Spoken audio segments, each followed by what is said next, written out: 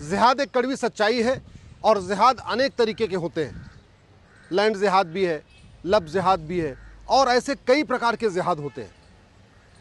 और ये लैंड जिहाद, लब जिहाद केवल भारत में ही नहीं है, ये नेपाल में भी हो रहा है, भूटान में भी हो रहा है, आपके म्यांमार में भी हो रहा है, बाकी और यूरोप में भी चल रहा है। हम जहाँ इसको लब जिहाद कहते हैं, अमेरिका, यूरोप में, ब्रिटेन में इसको ग्रूमिंग गैंग कहते हैं। ग्रूमिंग, वहाँ छोटी छोटी बच्चियों के साथ दोस्ती करना, सोशल मीडिया के माध्यम से दोस्ती करना, उसके बाद उनके साथ शारीरिक संबंध बनाना, और ये भारत में भी चल रहा है। भारत का ऐसा कोई ज़िला नहीं है जहाँ लब जिहाद की घटनाएं नहीं आ रही। अब तो कोर्ट भी मान चुका है, भारत की अलग अलग कोर्ट समय समय पे कह चुकी हैं कि हाँ लब जिहाद हो रहा है, अखबारों में खबरें आ रही हैं। तो सवाल ये है, लब जिहाद रुकेगा कैसे? लब जिहाद की पहचान कैसे होगी? लब जिहाद रोकने के लिए सबसे पहले भारत में नार्को पॉलीग्राफ ब्रेन मैपिंग कानून बनाना पड़ेगा, क्योंकि लब जिहाद हो रहा है लेकिन फिर भी तथाकथित सोशलिस्ट सेकुलर लिबरल जो जमात है, ये जो सोशलिस्ट सेकुलर लिबरल पाखंडी नेता, अभिनेता, लेखक, बुद्धिजीवी, पत्रकार, कलमकार हैं, ये मानते ही नहीं कि लब जिहाद होता है। वो तभी मानेंगे जब 2-4 लब जिहादियों का लाइव वीडियो आएगा। इसलिए सबसे पहले नार्को पॉलीग्राफ ब्रेन मैपिंग कानून बनाना चाहिए और जिनके ऊपर लब जिहाद का आरोप है उनका बाकायदा narco test, polygraph test, brain mapping test करके उनका लाइव वीडियो का प्रसारण करना चाहिए, जिससे भारत के नेताओं का मुंह बंद हो जाए, भारत के जजों को भी ये समझ में आ जाए कि लब जिहाद हकीकत है। जो भारत के पाखंडी अभिनेता हैं, जो पाखंडी बुद्धिजीवी हैं, जो पाखंडी पत्रकार हैं, जो पाखंडी कलमकार हैं, जो पाखंडी कवि हैं, जो तथाकथित पाखंडी इन्फ्लुएंसर हैं सोशल मीडिया में, ये तब जाके इनका मुंह बंद होगा जब जिहाद करने वालों का लाइव वीडियो आएगा, जब वो narco test, polygraph brain mapping होगा और उसमें वो खुद कबूल करेंगे कि हाँ उन्होंने जिहाद किया है। दूसरा, इस टेस्ट का फायदा ये होगा कि ये जिहादी अपने मुंह से ये बता देंगे कि किसके इशारे पे वो लब जिहाद कर रहे हैं, कौन उनको फंडिंग करता है, किसने उनको बाइक खरीद के दिया है, कौन उनको इस चीज़ के लिए मोटिवेट करता है। क्योंकि ये जो लब जिहाद होता है, लैंड जिहाद होता है, एक व्यक्ति नहीं करता, पूरा एक ऑर्गेनाइज तरीके से होता है, इसमें पूरा सिंडिकेट होता है, कई सारे लोग उसमें मिलके होते हैं। दूसरा, लब जिहाद का अल्टीमेट टारगेट क्या है? धर्मांतरण। धर्मांतरण मुगलों के समय में हुआ, धर्मांतरण अंग्रेजों के समय में हुआ, धर्मांतरण आज भी हो रहा है। और ये रुकेगा तब जब नार्को पॉलीग्राफ ब्रेन मैपिंग के अलावा लब जिहाद को, धर्मांतरण को देशद्रोह घोषित किया जाएगा, धर्मांतरण को, लब जिहाद को वेजिंग वॉर डिक्लेयर किया जाएगा, धर्मांतरण को, लब जिहाद को देश की एकता अखंडता के लिए खतरा घोषित किया जाएगा, धर्मांतरण को, लब जिहाद को राष्ट्रीय सुरक्षा के लिए खतरा घोषित किया जाएगा। मेरी PIL पे सुप्रीम कोर्ट एक बार खुद ही कमेंट कर चुका है कि धर्मांतरण राष्ट्र की सुरक्षा के लिए खतरा है। और लब जिहाद का अल्टीमेट उद्देश्य क्या है? संख्या का बढ़ाना, हिंदुओं की संख्या को कम करना और अपनी संख्या को बढ़ाना। धर्मांतरण राष्ट्र की सुरक्षा के लिए खतरा है और उससे निपटने के लिए हमारे पास एक कानून भी है, राष्ट्रीय सुरक्षा कानून, जिसको NSA कहते हैं, नेशनल सिक्योरिटी एक्ट। लेकिन पुलिस उसको धर्मांतरण कराने वाले लब जिहादियों पे या बाकी और जिहादियों पे लगाती नहीं है, धर्मांतरण कराने वालों पे। क्यों? क्योंकि NSA में हमने कहीं कुछ डिफाइन नहीं किया कि राष्ट्र की सुरक्षा के लिए क्या क्या खतरे हैं। हमने NSA जो कानून है उसमें कहीं लिखा नहीं है कि ये धर्मांतरण भी राष्ट्र की सुरक्षा के लिए खतरा है। ऐसे जो देश की एकता अखंडता के लिए खतरा होता है, उससे निपटने के लिए हमारे पास एक कानून है, उसको कहते हैं UAPA।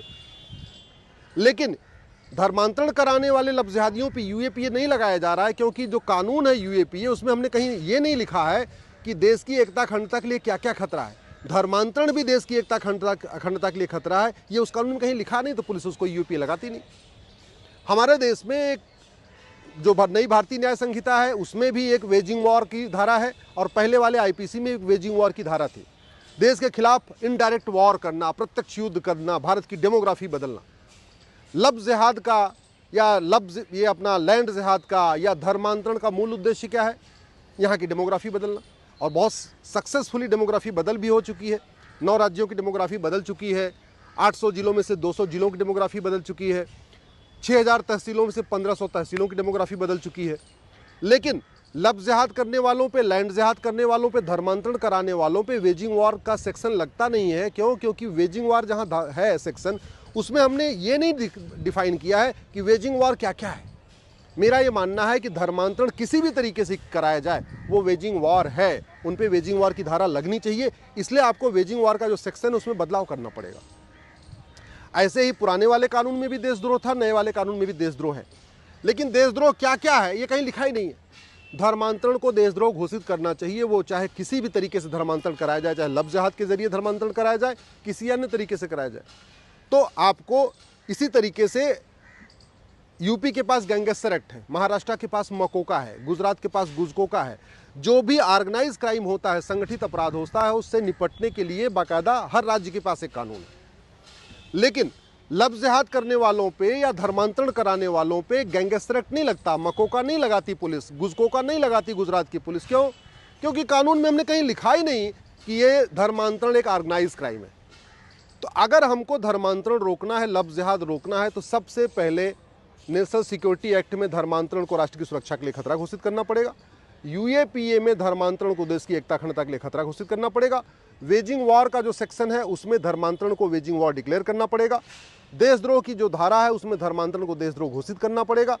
और जो गैंगस्टर एक्ट है उसमें ऑर्गेनाइज क्राइम को, आप धर्मांतरण को ऑर्गेनाइज क्राइम डिक्लेयर करना पड़ेगा।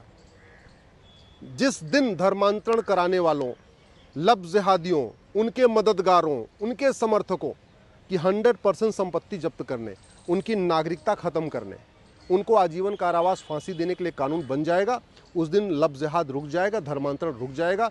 और नहीं रुका तो जैसे अफगानिस्तान आपके हाथ से निकल गया, पाकिस्तान आपके हाथ से निकल गया, मालदीव आपके हाथ से निकल गया, बांग्लादेश आपके हाथ से निकलने वाला है, भारत के 9 राज्य आपके हाथ से निकल चुके हैं, 800 जिलों में से 200 जिले आपके हाथ से निकल चुके हैं, 6000 तहसीलों में से 1500 तहसीलें आपके हाथ से निकल चुकी हैं। ऐसे एक दिन देखते देखते पूरा भारत आपके हाथ से निकल जाएगा, फिर कोई कुछ नहीं कर पाएगा। और एक बात याद रखिएगा, जैसे ही बांग्लादेश में अराजकता फैली, शेख हसीना वहाँ से भाग गई। अफगानिस्तान में अराजकता फैली, वहाँ के राष्ट्रपति प्रधानमंत्री भाग गए। पाकिस्तान में अराजकता फैली, वहाँ के प्रधानमंत्री और राष्ट्रपति भाग गए। 1947 में जब अराजकता फैली थी तो मनमोहन सिंह जी, बाकी और राम जेठमलानी जी, आडवाणी जी, मिल्खा सिंह जी, सब लोग आखिर वहाँ से भाग के यहाँ आए थे। वैसे ही 25 साल के बाद जब भारत में अराजकता फैलेगी ना, तो आज के नेता, अभिनेता, लेखक, बुद्धिजीवी, पत्रकार, कलमकार, कवि, धर्मगुरु, ये जो आज नए नए रोज़ प्रवचन देते रहते हैं, बड़ी बातें करते रहते हैं, ये आपका घर बचाने नहीं आएंगे। ये नेता, अभिनेता, लेखक, बुद्धिजीवी, पत्रकार, कलमकार अपना घर बचा लेंगे, यही बहुत बड़ी बात है। वो अपना घर बचाएंगे, आपका घर बचाने नहीं आएंगे। आपका घर जो बचाएगा वो कठोर कानून बनाएगा। इसलिए मैं आप लोगों से निवेदन करता हूँ, हर सप्ताह जाके अपने सांसद के घर पे बैठ जाइए, 2-3 घंटे के लिए बैठिए, उनसे पूछिए कि धर्मांतरण को राष्ट्र की सुरक्षा के लिए खतरा कब घोषित किया जाएगा, धर्मांतरण को देश की एकता अखंडता के लिए खतरा कब घोषित किया जाएगा, धर्मांतरण को देशद्रोह कब घोषित किया जाएगा, धर्मांतरण को वेजिंग वॉर कब घोषित किया जाएगा, धर्मांतरण को ऑर्गेनाइज क्राइम कब घोषित किया जाएगा, धर्मांतरण कराने वाले उनको मददगारों पे की 100% संपत्ति जब्त करने, धर्मांतरण कराने वाले और उनके मददगारों की नागरिकता खत्म करने, धर्मांतरण कराने वाले और उनको मददगारों की आजीवन कारावास, फांसी देने कानून कब बनेगा। तरीका यही है, आपको हर सप्ताह अपने अपने सांसद का घेराव करना पड़ेगा, उनको पकड़ना पड़ेगा। दल गुलामी छोड़ दीजिए, सांसदों को पकड़िए, विधायकों को पकड़िए, कानून बनवाने की मांग करिए। और नहीं तो जैसे जो पाकिस्तान में हुआ, जो अफगानिस्तान में हुआ, जो मालदीव में हुआ, जो बांग्लादेश में हो रहा है, यही आपके यहाँ भी होगा।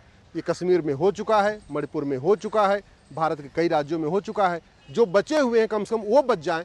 वो तभी बचेगा जब कठोर कानून बनेगा। और एक बात याद रखिएगा, विकास करने से शांति नहीं आती है, विकास करने से देश सुरक्षित नहीं होता। फ्रांस ने खूब विकास किया था, हाईवे, एक्सप्रेसवे, एयरपोर्ट बनाई थी, बड़ी बड़ी ट्रेन चलाई थी, जल रहा है। ब्रिटेन के पास हमसे ज़्यादा अच्छा एयरपोर्ट है, हमसे ज़्यादा हाईवे है, हमसे ज़्यादा उनके पास अच्छे हॉस्पिटल हैं, कॉलेज हैं, यूनिवर्सिटी हैं, ब्रिटेन जल रहा है। यूरोप के पास हमसे ज़्यादा एयरपोर्ट, हमसे अच्छा एयरपोर्ट, हमसे ज़्यादा हाईवे, हमसे अच्छा एक्सप्रेसवे, हमसे ज़्यादा अच्छी चीज़ें हैं, यूरोप जल रहा है। भारत तब बचेगा जब कठोर कानून बनेगा। चीन सुरक्षित है, चीन में अराजकता नहीं है, चीन में धर्मांतरण नहीं है, चीन में लफ्ज़ जिहाद नहीं है, चीन में लैंड जिहाद नहीं है, क्योंकि चीन का कानून कठोर है। जहाँ कठोर कानून है वहाँ शांति है, समृद्धि है, खुशहाली है। सठे साठम समाचरित भय बिन होय न प्रीत, इस सिद्धांत पे जिन देशों ने कानून बनाया वहाँ शांति, समृद्धि, खुशहाली है। और भारत में अगर बनेगा तो भारत बचेगा, नहीं तो भारत बर्बाद हो जाएगा।